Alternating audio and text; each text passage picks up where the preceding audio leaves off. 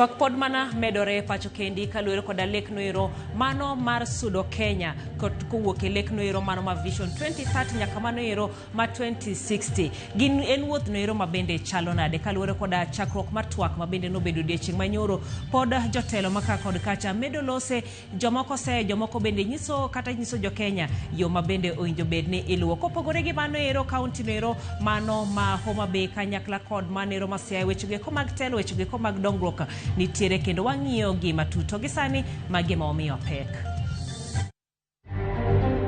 In the 25-26 budget, these were the projects.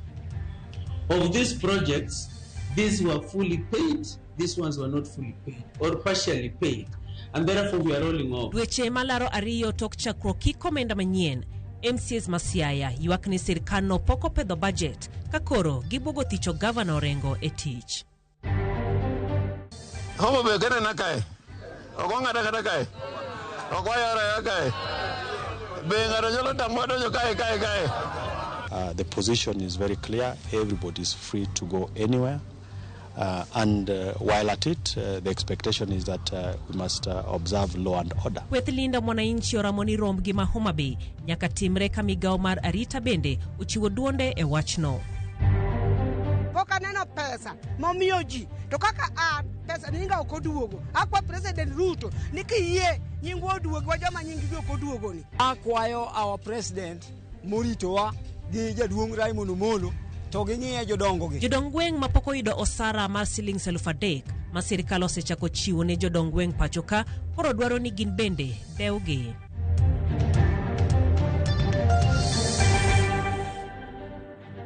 Arwa kimondi bedu kodwa nyaka giko ma weche gi manyien mago magangi chwele luonga ni Jailieta jaloko marwa en Belinda Phillips.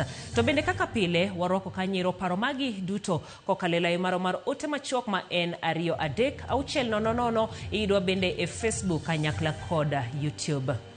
Motelo ne romo mar siasa mar kweth mar linda mwananchi boma ma Homa Bay chieng' Jumapil, jagore migao mar arita Dr. Raymond Omolo ogolo duonde kendo wacho ni josiasa duto nigi ratiro mar dhi kamoro amora pacho ka kendo uso ajenda magi ma onge luoro. Gavana ma Siaya James Orengo bende omedo jiwo chung' margi ni nyaka to gichop Homa Bay e romo margi magi chano. Chris Owino miyo waler mar wachno.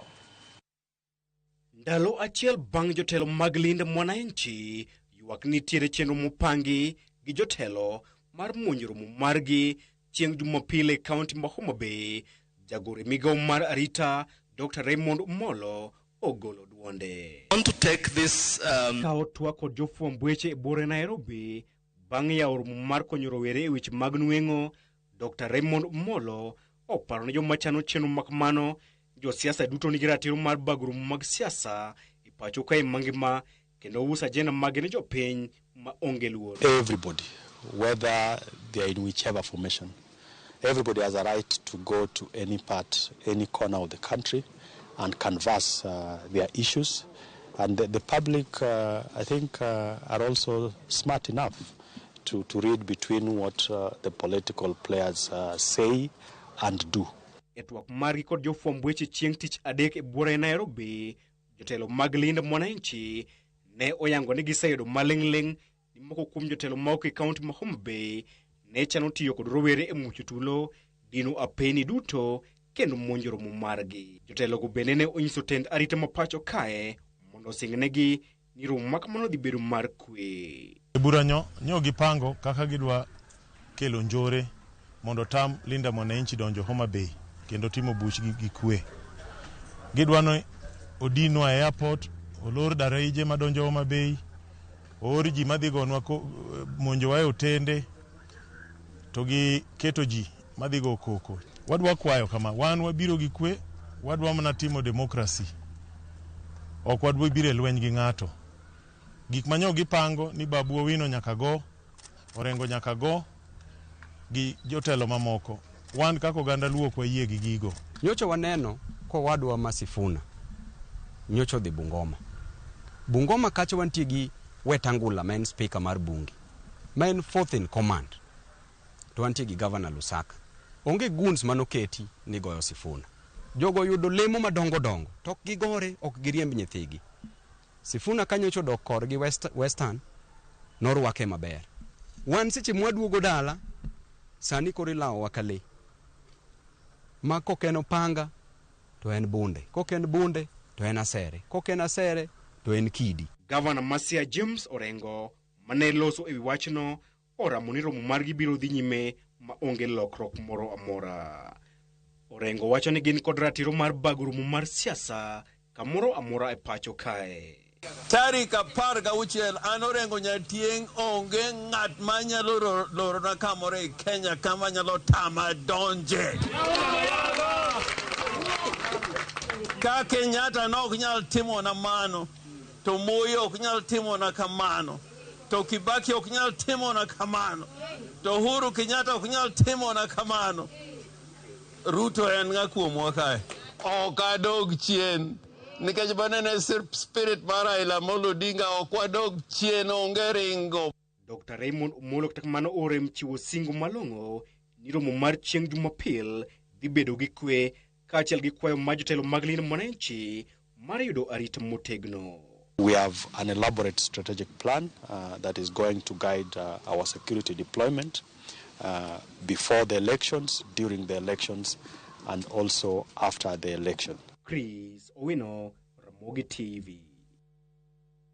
Jatend piny William Ruto medo siro tek keto lek mar dongruok mar Kenya tok higa 2030 kolero ni jiwo sekta mar arita en achiel kuom yore maneno ni lekno ochopo kare. Ruto mane loso e nyasi mar 46 mar sidho jolweny KDF manobagi e kategruok margi mani Eldoret ojiwo jolweny mondo oti tijgi e yor chik kendo nywand lony manyasani e kedone kendo gero piny Kenya. Simfos Okinda nigi ler mathoth. Ya mwendo wa kasi nen nyasi mar 46 mar sidho jolweny ma KDF manobagi skund tiegruok mar jolweny mantiere Eldoret County ma Uasin Gishu. Jatend jolweny mabende jatend piny William Ruto, komanda maduong' mar jolweny Jamadar Charles Kairiri e kind jotelo mamoko gin joma nochopo nyasi mar sidho jolweny mar 5,000. Jatend piny otiyo kod thuolono mar medo jiwo keto chenro mar lek mar dongruok ne piny Kenya mabiro dhi nyaka higa mar 2060 kojiwo jolweny mondo ti kare kaka chik dwaro mar siro lek makamano. Yesterday, Kenyans began a national conversation about the country we intend to build beyond Vision 2030. Not the next budget, not the next election, not even the next administration, but the Kenya we want to become across the decades ahead, a prosperous, self-reliant, and capable of guaranteeing every citizen a life of dignity. That conversation must include security. Kamano bende jatend piny olero ting' maduong' ma jolweny ni godo e gero mwandu mag piny mabiro jiwo dongruok ma pacho ka. The first duty of the Kenya Defence Forces remains and will continue to be the defense of our republic. Nothing dilutes that mandate, but the same capabilities that defend a modern nation also builds one. Military engineers strengthen strategic infrastructure. Military logistics move people, equipment, and relief supplies when civilian systems are overwhelmed. Ruto onyiso jolweny mondo yaw wengegi kendo ti kod lony manyasani e rito mwandu mag piny kod jokenya duto. Distinguished graduates, you enter service as the battlefield itself is changing. An attack may target a server instead of a border post. A drone may fly without a pilot. Artificial intelligence may disrupt systems, distort information, and erode public trust. Climate shocks may displace communities and ignite competition over land and water. A disease outbreak may threaten more lives than an armed adversary. Tokiango paro mar chako chugo lek mar higa mar 2060 odiochieng' manyoro, sirikal ochomo chako kawo pach jopiny ewi lek makamano. Mheshimiwa Rais, vikundi vilivyosalia. Simfos Okinda, Ramogi TV. Komachiele ni jotelo mag duond bura mar DCP oseyo jotelo masiro lwedo sirikal manoduoko wach manowacho ni ogai mar duond bura no Rigathi Gachagua kowacho ni mondo jotelo mag sirikal okon oganda gik matend Kenya Kwanza nosingo magisetimo. Bende gikwedo weche manowach kod jatend migawo mar omenda John Mbadi mawacho ni oganda jo Kenya ni kod pesa ofugi ka giwacho ni opogore kod achal ma jopiny kale. Tell us, are Kenyans saving more? Are they keeping more of their salaries after tax? Are businesses making more money? Are farmers earning better returns? Are young people finding jobs? Are fewer families borrowing merely to survive? The consumption of soda has only increased because of its consumption in State House. This is what William Ruto feeds his delegations in State House. On the manifesto of all the promises William Ruto made to the people of Kenya in 2022, which one, just one, which one has been delivered after 4 years? Publish the scorecard.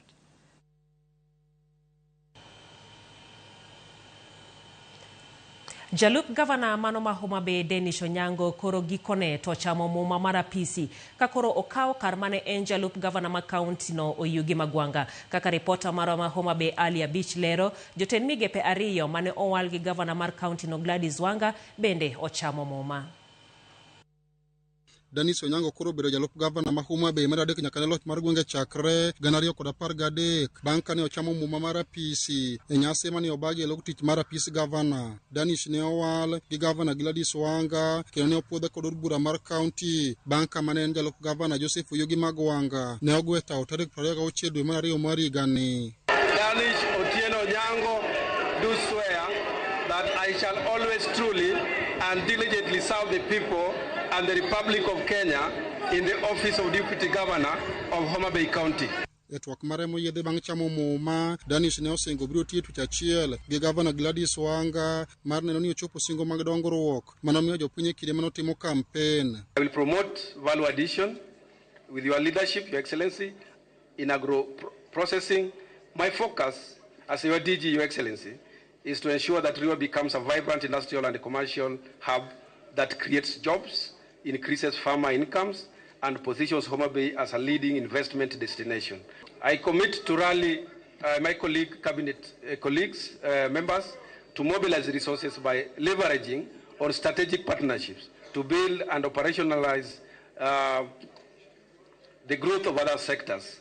Ma opogore kod Dennis bende Isa Kongere ne ochamo muma kaka jatend migawo mochung'ne tudruok koloch mar koro gwenge county ka Elijah Obiny Dede bende ne ochamo muma kaka jatend migawo mar ohala, dongruoge mag kembe kod riwruoge mag saga. Ne gisingo keto maino margi migepe magigo eko mar konyo bero ngima jopiny e county ni. I want to promise you, Your Excellency, before this multitude sampled to represent the great people of Homa Bay, that I will serve in this office with the greatest honor and dedication, always remembering that our Supreme Constitution demands so. Your Excellency, I'm coming into this department not as a newcomer, but somebody who had already worked there as a chief officer cooperatives. Governor ma Homa Bay Gladys Wanga mane oloso bang' nyasi makamano ne oseyo jogo moko ni netemo ywa tinde chien bang' tero wach mar welo mar jalupne doho kane okoni koro yoro jalno mabiro konye chwalo dongruok ne jopiny. But it's a day that the Lord has made so that we can just say thank you. Because the devil had a plan. And that plan was for this government to be paralyzed and not to function through wrangles and so on. But God has thwarted that plan, and today, and by God's grace, and without any fight and without any war, God made a way. And today we have a new deputy governor with whom we can work together in a singular vision to serve these people of Homa Bay who elected us. The role of governor, the reason the Constitution contemplated for a deputy governor is because you can't be everywhere, every time. But you need first among equals of the team who can lead the team in performing tasks. in your absence. Alia Beach, Ramogi TV, Homa Bay. Od bura no Roma County ma Siaya koro obuogo thicho oko Governor James Orengo apis kagitude kod bagni kod chendo mag omenda e county no. Kotelnegi kod Speaker George Okode, MCs goseyo migawo mar omenda no e county ma Siaya kuom rem nyenyo elela budget mar county ma Siaya ma hik omenda 2026-2027 ne migepe ma e county no ero magiwacho nitie mudho maonge ler mar budget gi. Kaka Steve Biko lero, od bura ma Siaya koro oluongo Governor James Orengo mondo ochopie nyime tich ariyo mar juma manyien mar lero midhiero mokwako migawo no kata bang' rem podho welo mar George Nyingiro kaka jatend migawo mar omenda.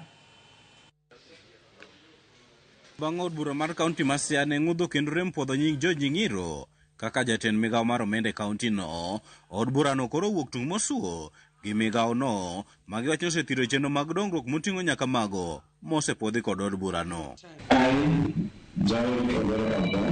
Kinde twak mane okelo kanyakla jotend migepe, apisas kod directors mag migepe duto e kaunti no kendo choe kom kod Speaker ma Siaya George Okode, MCS goseyo migawo no kuom rem keto lela budget ma hik omenda mag 2026-2027 magiwacho ni kata migepe mopogore mag kaunti no bende tiyo e mudho.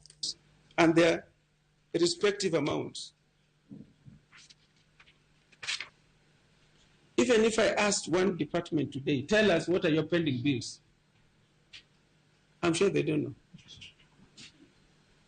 So that is what we wanted. As we do a budget, we need to provide for pending bills. What we got, and that's why it was a shame, the governor, from his body language, he was so happy that we had moved from advanced report to a qualified report. No bende, MCS go no nono gi momiyo migawo mar omenda no ok nyal pedho lela report mar chenro mag dongruok mane oketie hik omenda mokalo kata bang' od bura no puodho gi kendo keto negi omenda e budget. Commission per ward. So we expected that in this ward, say we are in Sidindi ward, you tell us in the 25-26 budget, these were the projects. Of these projects, these were fully paid, these ones were not fully paid or partially paid, and therefore we are rolling over.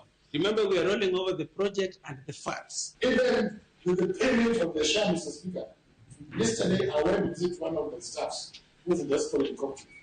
You're being told that the share has not been remitted in the last 8 months. How do we want this to survive, Mr. Speaker? Are we very fair to ourselves?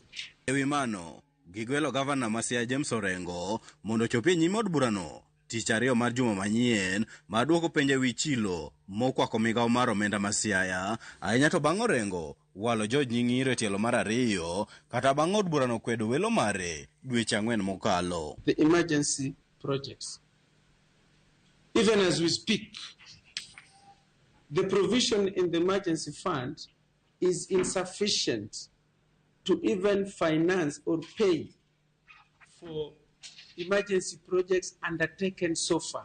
Mano, od bura no chiwo thuolo mar seche 24 ne migawo mar omenda no mondo chwa listi manyiso chenro mag dongruok mane orem tieke hik omenda mokalo kagiwacho ni nitiere kata chenro moko ma nonro margi nyiso ni nochulo omenda to onge tich motim ka koro gikwayo migepe makedo gi mibadhi pacho ka mondo donjre e wachno. Mano bende gikwayo jotije mag kaunti no ma apisi mar ombudsman nyocho chwalo lipot makwedo welo margi mondo woge lemogo mar chiwo thuolo ne manyo jok moromo. I really ignore the qualified advice, but I think it will proper get information from this individual. As a result of this direction by the ombudsman. Magi timore ka e giko juma mokalo, duol maketo nyong'ong mar kaka jo Kenya yudo ratiro, ombudsman nyocho golo lipot manyiso ni sirkal ma Siaya e bwo Governor James Orengo osedhi ataro gi chike kendo gwelo apisas moko e lemo ka ok okalo e od bura mar kaunti no. Achiel kuom apisas go en jatend migawo mar omenda George Nyingiro e kind mamoko 4 ma duto duolno dwaro ni mondo wit oko mapiyo piyo. Steve Biko, Ramogi TV, Siaya. Report noero mano mar Steve Biko mabende pod wamedo nono matut kaluwore koda ywak noero mag MCAs ma county ma Siaya bende wacho ni pod gionge budget nyaka sani dweche ariyo to counties mamoko ne puodho budget ma mekgi. Gisani endie wadhi mana achiel kachiel mondo walosane koda MCA ma East Game mano Kanyero Seth Baraka kaluwore koda ywak mabende gintiere godo nyaka sani. Aero kamana yenya jatelo mar tudri kodwa Odhiambo makawuono ni to mana mapiyo piyo dweche ariyo pod uonge budget. Shida maduong' uketo Kanyero ne Governor James Orengo. En ang'o matimore? Pero kamano ahinya. Boso nkwara Gajwang ne oyimre uru Odhiambo makawuono. Iwacho makare ni pod uonge budget. To en adieri makende ni ok ni uonge budget. Budget nosekele od bura. Kendo nitie weche mane wawuoye kaka joma nyalo chiwo advisory. Nitie gik mane wang'iyo kaka jod bura mwafwenyo ni onge budget, to nego beni keto gi budget. Kaka projects not team to pok ochul, to wakwayo the executive arm ni mondo gidhi through. To kama wawuoye nyaka kawuono ni onge pending bill moro amora ma jogo okelonwa od bura. Waneno mana kindiko gi e mbui ni gik makamage pok ochul to pok oketi gi budget. Kipenjo jo finance department gik mosekal onego bed ni ikelo, most of them gionge kata mana know-how. Sa miwinjo monego bed ni kale budget ing'isi ni CEO mar finance okaw leave 45. Kore momiyo wan kaka od bura ma Siaya waneno mondo waluong ji executive mondo wapenji gini to karang'o matimore momiyo dwa ni budget ni okal mondo jo Siaya ni budget pod nigi executive gik monego bed ni giketo pok giketo, to kipenjo gi kata mok ging'eyo onego bed ni bet. The departments are clueless. Ipenjo CEO mar department moro ma pesa no wuok. Koro mane gimomiyo wan kaka od bura ok ne waketo gavana kama tek, but wadwaro departments gi mondo mi okaw responsibility mondo ging'e ni to jothiaya mage manotiyo to pok ochul. Sama wawuoye ni nitiere mine ma yweyo chiro mosetiyo dweche 8 pok ochul kata siling achiel, to pesa gi bende ok oketie budget. Mane kama koro Siaya nitiere sani. Jo executive gi dhi winjo weche mawuok kuro ondik ne jo lab fund, ondiko ne Siaya County ni Siaya County ni gigopgi $100,000. Manyiso ni ng'ado pesa mag jotich to terne gi pension. To migawo mar weche mag omenda ma Siaya timo gik moko winjore. Erokamano ahinya. Baraka, wach machielo mabende ugine Kanyero mana kaka uwacho ni moko kuom gi pok opedh, to maduong' miwacho kanyo ni weche geko mag pending bills. Sama ing'iyo ni budget pok okelni mopwede pok opuodhe maber, weche geko mag bills mamoko kata dongruok mabende koro county winjo bed ni timo, mago bende koro chung' to jopiny koro kaunade kaka jogo eko mabende winjo bed ni timo chenro gi e gwenge.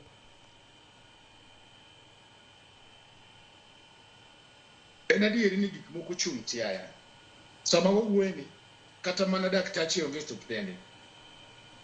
Ing'e budget mane wakalo higa mokalo, higa 2024-25, nitiere tije mano okete budget to pok otim nyaka kawuono. Kipenjo gimomiyo pok otimgi, jo procurement ok nyal nyisi gimomiyo pok gitimo mano. Kata mana yedhe ok nyal nyiew tere hospital nikech ng'ama timo procurement pok otimo mano. Kata mana sani mshahara mag jotich mag Siaya ok nyal chul. Awacho ni widows machiwo sa 11 gidhi yweyo chirni manitiere Siaya, to ng'ato osetiyo dweche 6-7 pok ochule. To pesa noketi budget higa mokalo nyaka no. Kipenjo waziri mar finance wadok gidwa biro. To en tijwa kaka MCS mondo watim oversight. Sama ji winjo matek e gweng' oderni pok opa, yedhe onge suptal, japiny ma kawaida en ng'ama ong'ere nego bed mano en MCA. Koro bende en tijwa mondo mi wapenj the executive ni to ang'o matimore momiyo gik magi pok otim, to budget manu kelo nwa kalo.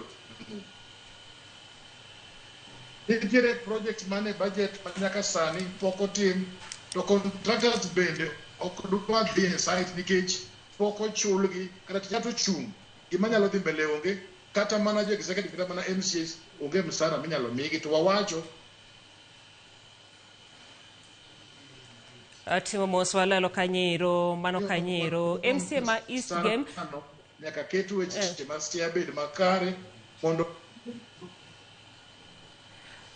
ang'ikruok ntiere kata kamano kapo ni winja mana mapiyo piyo kuom thuolo mar ariyo use kata od burano ero Masiaya bende osetamore puodho kata kadho kanyero welo mar George Nyingiro mano kaka jatend migao mar omenda mano bende wacho kanyero ni pod kelo ng'ikruok e weche go mag omenda weche mag budget e county nero yo makoro udhi godo mbele en nang'o winjo kuseluongo kanyero dwaro mondo governor Orengo ochope nyimu e juma manyien tok mano ang'o madhi timore nikech koro kako wacho ni weche chung way forward mar wen nang'o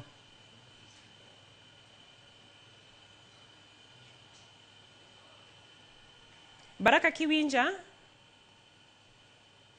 Timo Mosa paro kanyero ni wawete kaluwore koda ng'ikruok mago mag tudro kata kamanero ne Ero kamana ero podi ntiere penjo kanyero to way forward en nang'o kuluongo kanyero governor juma manyien to weche geko ahinya mano mar jatend migao mar omenda ma bende pok upodho welo mare koro weche dhi bedo nade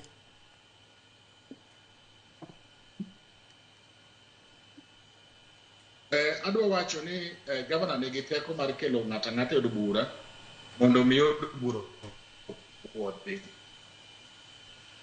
to mar appointment to committee no dhi mongi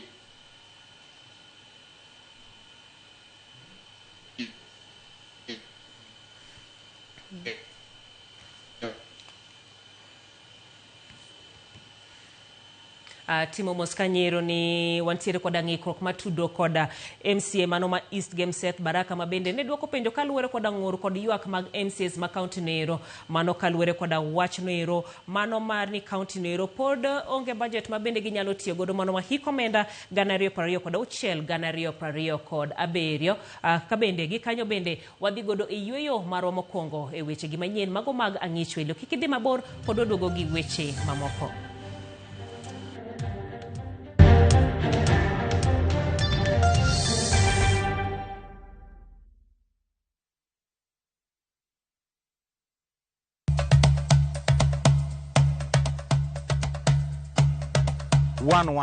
chenro malero kitwa gi timbewa kod puonjo dholuo sani upuza ni uluongo ni mabuda koro mwan mabuda ni girieko mwan koro mathin man koro maru ng'eng'no ema osokelo nu sida wasewuotho mar kelo ni juok ogandawa kod ber magisekelo e ngima onagi dayo ne puonjo nyathi manyako kosechope ode puonje kaka onego oriti family mare rikoda an James Rabalakwase Jambu owarga chien 111 Jumapil saa 12:30 odhiambo.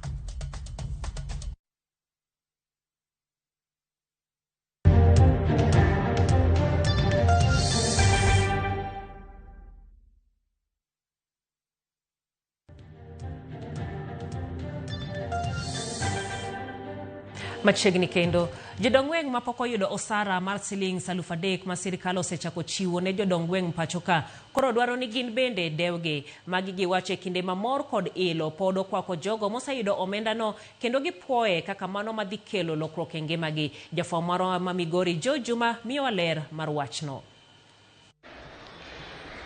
Chenro ma piny owacho machulo jodong gweng' omenda maromo 3 dwe ka dwe osechaki e tim ka kwan jodogo mathoth e kaunti ma Migori noyudo omendani chakre tarik 4 ma dweni. Jodongo mathoth ma oseyudo omendani osinzo morgi ka giwacho ni omendani nyiso ni koro piny owacho nyaka sani koro dewo tijgi magibiro ka gitimo kuom higni malach. Koro wanyalo tiyo kendo wanyalo tiyo motegno ka wang'eyo ni by the end of the month at least gimoro bro donjo sim mondo wakonyre nikech wambe wan gi families ma warito nte jok manie school 26 katiyo tijni kendo na jitolea atiye nono omiyo ka president marwa nyalo parowa mondo mi oketwa omiwa misara Adwoko erokamano kabisa. Uniform nikech uniform ok ong'ewa piny kama wantieni. Chief to ng'ene ke chief to ng'ene nigi kiraon. To wan to kiawa kata dhiri ng'ato to nene kaka ng'ani onenigo nyoro cha. Koro kopogni maja sirkal kata mang'anade. Koro de sirkal oyide gimiyo wang'o uniform. Jodongo ikawo tele ko jakomruok mar jodong gweng' e sub location ma Kombok South Alexander Ochieng. Wachno omendani medo miyo gi mijing'o mar tich nikech gibiro tiyo kod yore mopogore opogore ma oting'o mano mar wuoth. Nilianza kukua village elder kuanzia mwaka wa 90, lakini Dr.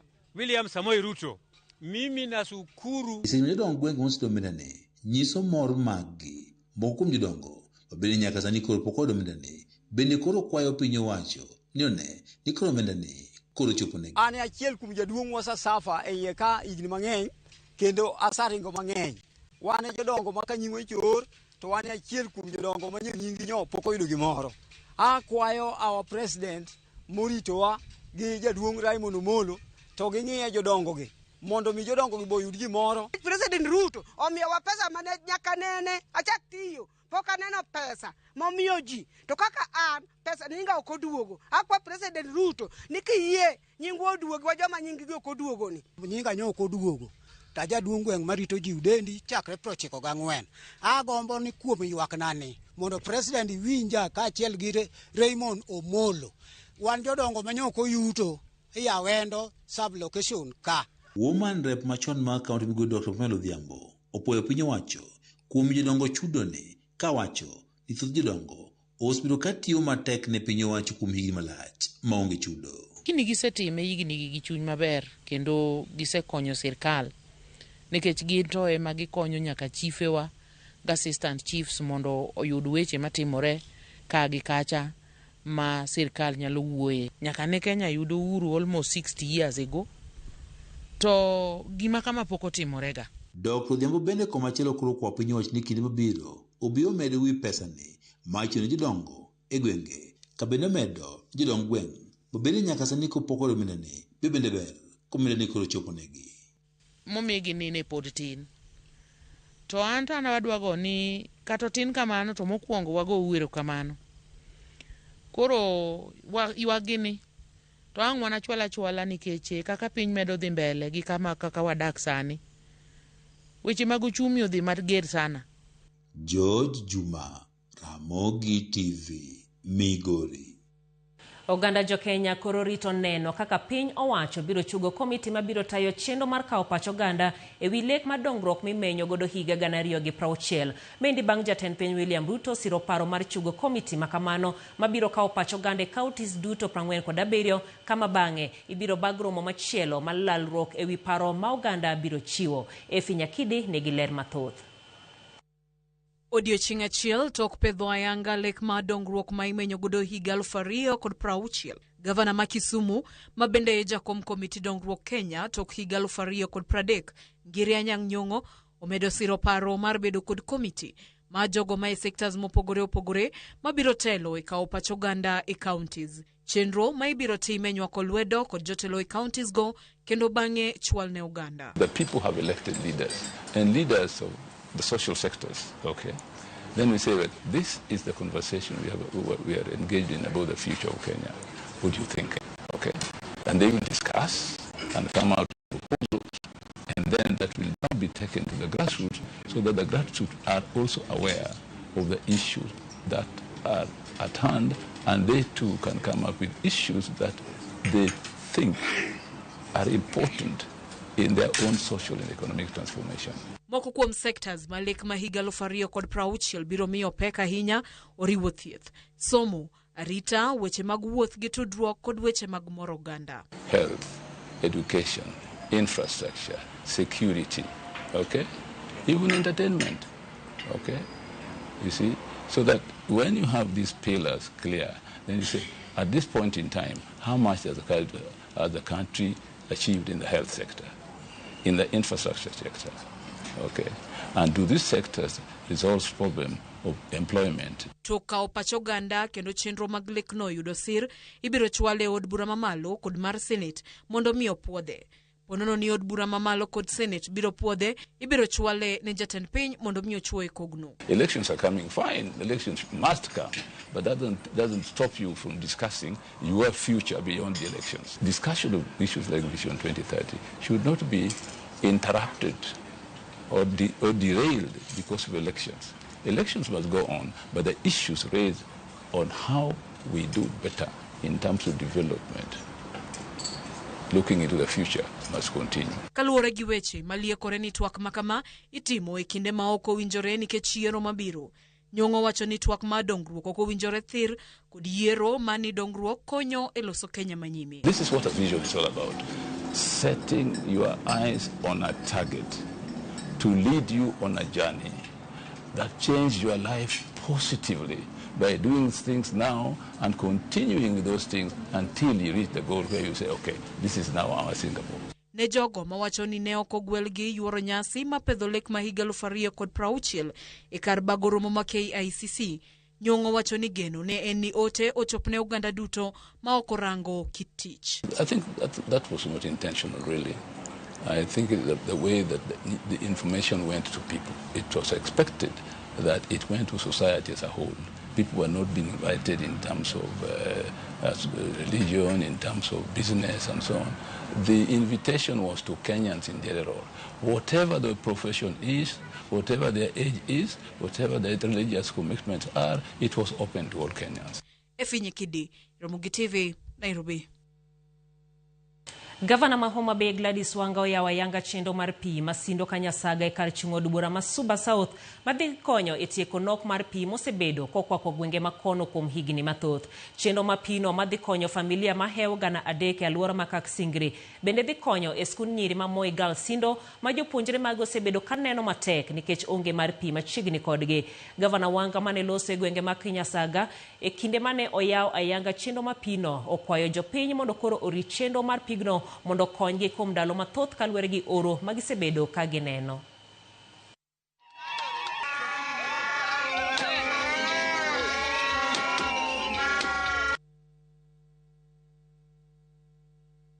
Wabiro mondo wayawa yanga pi mowuok Gingo kabiro Kinyasaga kae. Nyocha waseyawo pi mowuok Gingo kodhi nyaka Sindo. Mano line achiel. Line mabiro malo ni en line mopogore. Ochak line manyien kendo koa Gingo odhi osiptal to biro nyaka Kinyasaga kae kendo ene modhi bedo momiyo nyithindwa ma Moi Girls Sindo kae pi. Adwa na kwa Homa Wasco ni pi nyaka bed kae sate. Ok ni samoro kawuono bedo pam kinyo onge. Orucha entie orucho onge. Nyaka bed ka sate. Jopiny be adwa kwayo ni pi onge manono. Kuwacho ni pi en nono, tudhi bedo gi pigni dweche 2-3, kaito stima ok ochul oonge, okethore oonge. Koro adwa kwayo ni wachul gimoro matin, ok bi bedo mang'eny. Mana matin manyalo chulo stima, to konyo be gi chulo chemicals mithiedho go pi koa e nam. Kaito komano timore tubro bedo gi pigni aming'a. Pi koro sano osechopo ka kendo wageno ni pigni dhi loko ngima nyithindwa gi to gi ngima jothurwa modak kaendi. Jothurwa pigni en pi ma otibedo treated maler, ok en pi ma ko e tuomo tibedo go gito kendo bo kichak ithiedh kendo. Tangini serve water kiosk mwanene Bathwakani, obro serve school mane Bathekani Moi Girls Sindo, odhi serve kendo water kiosk, several of them moketika. Obila mambale manyo jariembo mar nyamburko moro mayande omonjo nyadendi ma jaiga 19 kendo chwoye kod pala kapok ojwang'e bungu kod adhonde maricho e Kogwen ma tarik 3 dweni. Nyadendi no manyinge Sylvia Mora wacho ni jalno noyawo kodgi lweny bang' nyise mondo olorgi e yo kaluwore ni jalno ne terogi kama nok gidhiye. Cynthia Onyango olime kar thieth ma Kenyatta kendo miyo waler. Ma emane chal mar nyadendi Sylvia Mora, nyadendi ma jahigni 19 e kinde manokwanye i bungu mambali bang' mawachore ni monje kendo chwoye kod pala kod jariembo mar nyamburko mar kambi Sifaline matiyo e apaya ma Nairobi kochimo Busia. Sylvia Masani yudo thieth e kar thieth maduong' ma Kenyatta wacho ni jariembo mar nyamburko no mar namba KDS 885G niriko bedo kod gwandruok kod moko kuom joma noting'o e nyamburko no mane ywak ni noterogi kama ok gidhiye. Ywaruok makama Olero ni nomiyo bila omakogi kendo chwalogi e tesend obila ma Nakuru kapok owegi thuolo mondo gidhi nyime kod wuoth. Akaniambia nisaidie majiko hapo saidi yako nikunywe. Nikampatilia venye nampatilia akasip akaangusha intention, akaniambia nipik nichukue hiyo maji nimpe. Sasa venye nimepik nampatia venye nimeinama hivi akanigrab shingo hivi akaniambia mmenisumbua from Nakuru na nimekasirika sana, unajua mimi naweza kuua. Kaluore kod ler mare owacho ni wuoth no dhi nyime kendo ka ji noselor te modong' kod jariembo no e koma mbele ka gidhi nyime kod wuoth bang'e nomonje kod pala.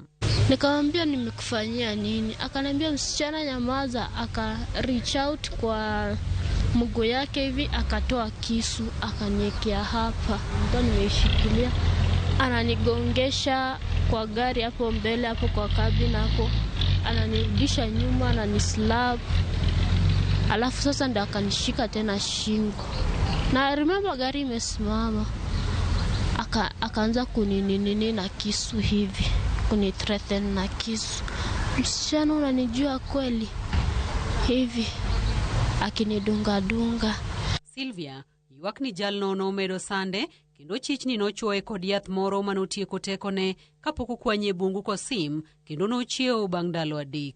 Kukaa chini akaniambia niekelee saa kichwa kwa kiti hivi. Vile nimekelea hivi akachukua tena ile kisu tena akanikata hapa kwa masikio hapa. Na akachukua slap akanipiga tena juu. Sijui ni hiyo dawa alinidunga juu alikuwa ameishikilia akinini hivi na syringe akipanisha sijui alinidunga juu from there. Sijui what happened. Min mare Rose Nyang'ara wacho ni noyudo simo e dier otieno ni okwanyare bungu ka ngimane nitiere kamarach ka koro kwayo bila mag okwach kich mondo tim nonro matut kendo mak jariembo no masani olal Meru. Akaniambia kwa saa hii mtoto wako tumempata kwa kichaka kama amefahamiwa. Kwa nishughulikie mtoto wangu apiwe skani ya kichwa na kifua na mguu. Hapo ndio shida iko sana. Mimi nataka haki ya mtoto wangu itendeke. Wamanyo jatend kambi mar Sifalain David Simiyu mowacho ni noonge kod ler moro amora malong'o mar gima notimore e nyamburko no, molero ni en mar jaode kendo keto ler ni jalno none kod pala e kinde manoduoko nyamburko. After he had left, watu wanaambia na huyo driver wako bana hata ametoa vitu zake mpaka hata kisu. I have seen it is bad. Just bad. I feel so sorry for her. That is my driver who caused that kind of incident. Temo marwa mar manyo jariembo no bende okonyago lemo bang' fwenyo ni namba ne ok yudre kendo noweyo tich to kamodake bende onge ng'amo ng'eyo. Sorry, the mobile subscriber. Cynthia Onyango, Ramogi TV, Nairobi. En wacha malita ahinya nyane jidende mabende wuotho kata tiyo koda public transport pacho kendo ageno ni jalno ibiro maki kendo ibiro kaune okang' mowinjore. MCAs Masiaya walo gi jopiny wan kaka Josea wonge kod gigadier mano oraro wuode Nyasiaya Jamabinjo kantiera Sembo kadan grado wuodo Ugenye wacho ni ntiere Dandore ineno Ramogi to gimiwuoro ni josiasa en mana bayo weche huku na kule. Ere kaka pes jopiny Masiaya ok nyis kaka otiyo. Jopiny teboga yiero kantiere kod geno gi jotelo to bang'e to gibagowa. Openjo ni nang'o wach makamano timore. Erokamano Nyas TV notiwa mwalimu bora iyudo weche magang'ich wele yono ero makare Kalawi wuoda Dore Marinya ibende wacho ni neno weche manyien kentiere game Kanyadete. Erokamano ahinya kuom otego wacho kwa dhi yweyo machielo pod odogo gi weche mamoko.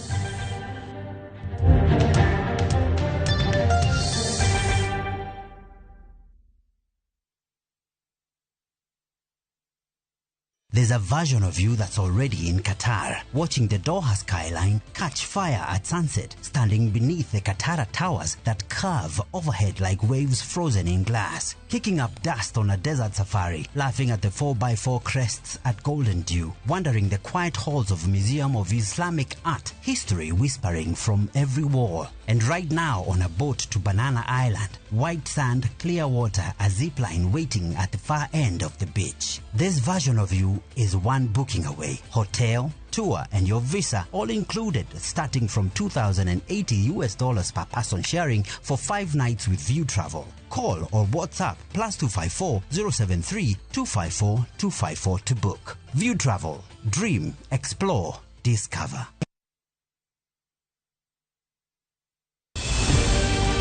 Heaven's Fire Prayer Summit 2026 is here. From 18th to 23rd of August 2026, Apostle Julius and Reverend Martha Subi of Exploits Worship City invite you to join believers from across Kenya and the nations for 6 powerful days of prayer, worship and revival from 9 a.m. to 7:30 p.m. Theme: The Outpouring of the Holy Spirit. Ministering Pastor Robert Kayanja and Pastor Jessica Kayanja from Uganda. Lady Bishop Kathy Kuna from Kenya. Archbishop Dr. Harrison K. Nganga from Kenya, Pastor T. Mwangi, Dr. Francis Miles from the USA, and Prophet Thomas Tijo. Worship ministers Sunmisola Agbebi from Nigeria, Steve Tebb from the United Kingdom, and Kestin Bogo from Kenya. Mark your calendar from 18th to the 23rd of August. Exploits Worship City, Nairobi. See you there.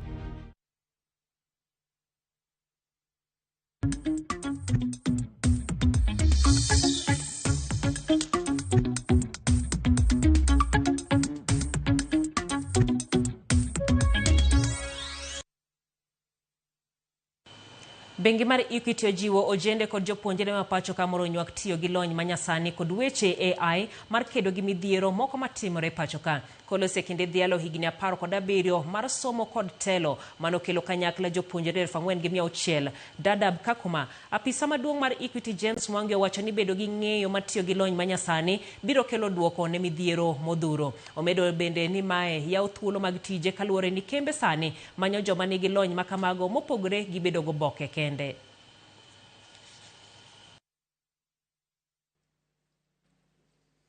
They have progressed to get sponsors. For the industrial technologies of big data, artificial intelligence, digitization, robotics have really transformed the way we do things. And we felt we shouldn't be naive. We should expose these scholars to technology because they will need to do things differently from the way we did it. We need to make them aware. So what we have done is as soon as they finish secondary, we are enrolling them in a program we're calling the Code. It's the first basic learning of how to code. That is the language that leads to digitization. Through this program, many people have got an opportunity to study abroad, to study different courses, whereby each one of them have made it and they have now become successful. They are now thriving in life and they're also coming back to transform their societies. Felix Shioso obedo jaloch ma shillings milioni 1 tok bedo jaloch e piem mar go punda mashabiki ina give campaign. Shioso ma jegni 29 jariem boda Bungoma noido kwandu to madwarore jumani tok loyo crash game. Owacho ni ochano nyiew apiko mare wuon kendo yawo hande e samo dhi mbele gi tiegruok mare magi duto mondo oyud kaka oloko ngimane. Piem mar shabiki na give shinda 1 million chiwo milioni 1 juma ka juma ne jaloch achiel.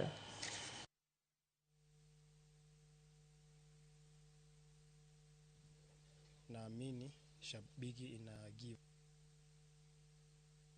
Nimefurahia sana mpito. Nimejishindia milioni 1 siku ya leo ya kutoka shabiki. Ya hii pesa ni mara ya kwanza kushika. Sijaishika pesa mingi kama hii. Hata vile nimesimama hivi najihisi nina nguvu kabisa. Nilikuwa naomba pikipiki nikifanya kazi za hapa na pale. Ita make sure nimetafuta pikipiki sasa. Shabiki ina give, nimejikamatia milioni yangu 1. Anafurahi sana.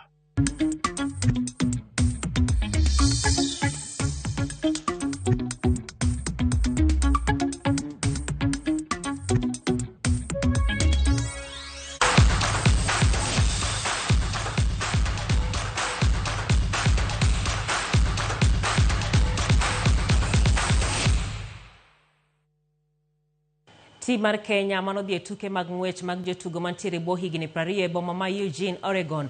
Uduogo pacho kae, tim no noyudo midila 11 mag 4 mag goldi, 3 mag silver kod 4 mag bronze. Tim no norwaki e lap ndeke ma Jomo Kenyatta genyuondgi kachiel gi jotelo mag ng'we e pacho kae. Jaloch midila mar gold e mita 1,500 Josephine Sembeyo Macha onyiso mor mare kowacho ni mae en piem mare mogik ma jong'wech mantiere bwo higni 20.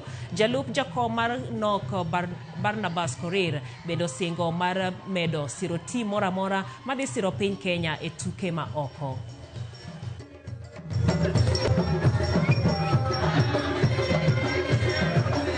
Nashukuru Mungu tumeenda vizuri tukarudi vizuri. This is my first time to participate in World Championship and also my last under 20 to participate. Nashukuru pia kwa coach wangu amenisaidia kwa mazoezi, ndio maana niliweza kukata team na nikaenda kuperform vizuri huko. Nashukuru pia the founders of Mark family, Darius Sango Aaron and Chris kwa kutusupport mpaka saa hizi.